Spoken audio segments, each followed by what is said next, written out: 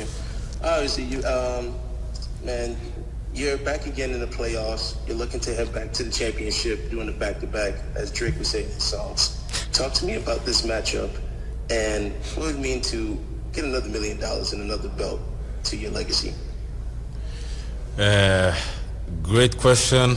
A lot of a lot of things to break down. First and foremost, happy to be back in the playoffs, where I belong, obviously. This matchup is nothing new. We faced each other last semifinals. I believe I'm much better in terms of my mindset. I'm much more, I don't know if the right word is like bald, but I'm not afraid to go for things right now. I feel at home in the cage, so I believe that makes me a more dangerous fighter, I should say. I like the matchup. Carlos Leal is a gamer. He brings out the best in me in training. I've been training very hard. He's gonna bring it, but I just believe that stylistically, I'm a nightmare for him. And sorry, the other part about, like, for me, when I started mixed martial arts, I started with kickboxing and Muay Thai. I was just a young kid trying to push myself, right? And then starting to compete and actually like becoming world champion and starting to gain experience in the sport actually made me believe that I can be great in the sport. So for me, being able to build on my legacy and do something iconic is something that I'm striving for. And I have 5 world titles right now, and I want to have double digits. So on Wednesday will be the continuance, or if that's a word, on going for number 6. All right, and to touching that to your skill set, obviously you've been a huge staple in PFL. You know, you started at 185 and you came down to the 170 scene, and you know, you finally captured the title. And you know, people thought you were a one-trick pony, like, okay, you're just a great striker, but now your skill set has evolved on a whole. Like, man, they can't even take it down like at ease anymore. You got some great grappling defense and also wrestling implemented into your game. Talk to me your overall progression, not just in PFL, but your career in the sport. Yeah, that's a great question, and thank you for acknowledging that, to be honest, because that's something that I pride myself on. I work very hard, and me and my coaches and my teammates, we work hard pushing and seeing where we need to be and what we need to do to evolve. I've said it when I started fighting in mixed martial art that I don't want to be a striker with takedown defense. I want to be a mixed martial artist, a complete fighter, and I believe that's what I'm working towards. And I said last season that this year and next year I will start entering my prime. I believe that I still have a lot to gain. I'm gonna get better and better, and obviously the wrestling and taking people down and being able to control that part of the fight as well as something that I've been spending a lot of time on, and I'm proud that it actually shows in the fights.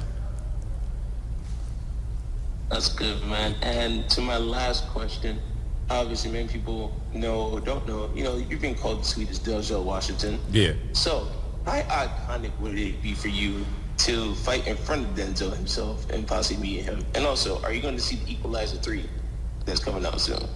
I'm definitely gonna go and see Equalizer 3, and I didn't quite hear you. Did you ask me if I've fought in front of him or if I want to fight in front of him? Of course, you know, you want to fight in front of him. What would that mean to you to fight in front of Denzel Washington? Oh, that would be great. That would be great. And even better would be if he started to call himself the Swedish Sadibou Sy. I love that. Well, thank you for your time, man. And best of luck to you, all right? Marty. Hey, Sadibou, how's it going? This is Marty from Wisda Sports Media. How you doing, man? Doing well. First and foremost, obviously, this matchup with Carlos Leal is the rematch of last year's first round in the playoffs. How, if at all, does the preparation change from the first fight to now? We looked at a lot of opportunities that we had during the first fight that we didn't capitalize on. So we've been working a lot on small specific things that we've been seeing opportunities, and obviously spots where he was where he had success. We've been working towards limiting those mistakes that I did to allow him to have that. So not too much, to be honest, because I still but the devil is in the details. So small things that makes huge differences, I should say. Absolutely. And one thing that we've seen a difference in from last season to this season in Carlos Leal is this season he's come out with a little bit more aggression and has shown the capability in finishing fights. Do you sense a little bit more danger in Carlos this time around compared to the first fight? No, same danger. He just hasn't fought me. I love the response. Last but not least, you're always the calmest person in the room. I did ask you about this in person, but for those that missed out, can you tell us how you managed to stay so calm and just so you're always smiling? That's the one thing that we always tend to notice. Yeah, thank you for noticing. To be honest, like everything, like this is what I do. This is my profession, and I put everything into it, right? But this is still like, this is not who I am. This is just fighting, right? So don't get me wrong. I want this more than anything in the world, right? But I'm blessed to be in the position that I am in, right? I traveled from Sweden. I now live in Las Vegas with my wife. Gonna have a kid in a couple of months, and like I'm getting paid good money to do something that I love, that I'm great at, and being able to inspire and motivate people. Come on, man. Like, what's not to smile about? Awesome. And I know I said the last question was the last one, but I've been asking every fighter this one. Post-fight meal, what do you have planned? Say that again? What do you have planned for your post-fight meal? Ooh. You are in New York, so. Man, so if you know anything about me, you know that I love food. So it's gonna be a pizza or a burger, something. But I'm not sure yet. I have a couple of spots that I have to check out. Awesome. Thank you so much, Sadibou. See you on today. Appreciate you. Corey. Hey Sadibou, when I spoke to you before your last fight, I asked about the support from Sweden. Has there been any more support from Sweden after your last highlight reel performance? How you doing, man?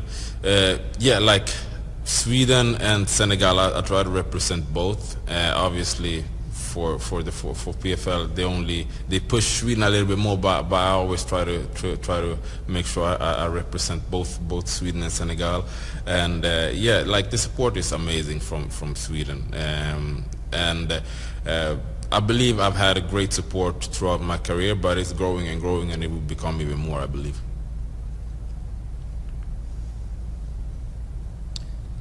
All right, Mills, last question. Well, what's going on, Swedish Denzel, MMA Locker Room, part of Pop Sports Radio? How you doing? I'm doing great. How you doing? Oh, man, I'm blessed. Can't be stressed. All right, so I was able to talk to you last time about media. We talked about some things. I'm going to bring up one of those questions a little bit later, but how can we just not talk about the obvious 6-fight win streak? Last fight going viral with that spin wheel kick knockout. Can you talk to me a little bit about your last 2 wins, on how you were able to finish your opponents compared to your other 4 wins to where you went the decision? Did anything change in your training? Did your coach start, beating you up a little bit more? Or did your wife just tell you, hey, it's time to get that bacon for this baby? Well, to be honest, you were on the right track. Last season was, for me, I made a move from Sweden to Las Vegas. And for me, it was just finding my way back to winning. Because when I fought in kickboxing and Muay Thai, like, I was always winning. I was winning fights. Like, I always find a way to win. I knew what I needed to do to win. When I started with mixed martial arts, like even though I was winning, I was like winning 2, losing 1, winning 3, losing 1, and that was not something that I was accustomed to.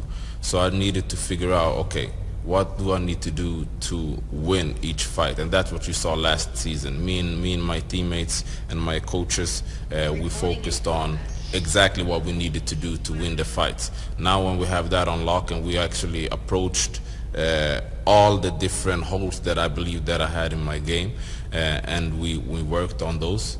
Now I have the confidence and the skill set to go out and be a little bit more free. And as long as I'm free, that's danger for my opponents.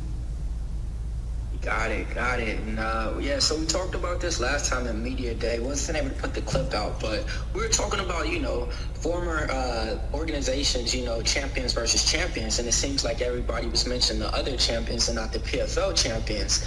I brought that up with you, and you said, it's about time that, you guys start getting mentioned for champions versus champions. With that being said, it looks like some other organizations might be joining the PFL later down in the future, so we might actually get that opportunity for champions versus champions. But let's just make your claim to fame. Hey, tell everybody out there right now why you're the best pretty much PFL champion, and you'll take on any champion out there that wanted to try their rings and get that $1 million tournament. Man, great question, and I appreciate you lifting me up, because I believe that I work too hard to put no one above me in terms of the fights, right? So I focus solely on my fight now, but if the opportunity presents itself for me to fight another champion, I would take that on, and I would be victorious, and I promise you that. Got it. And last but not least, I heard you're just about to be a father, so I want to welcome you to the best hood there is, and that's fatherhood. I appreciate that.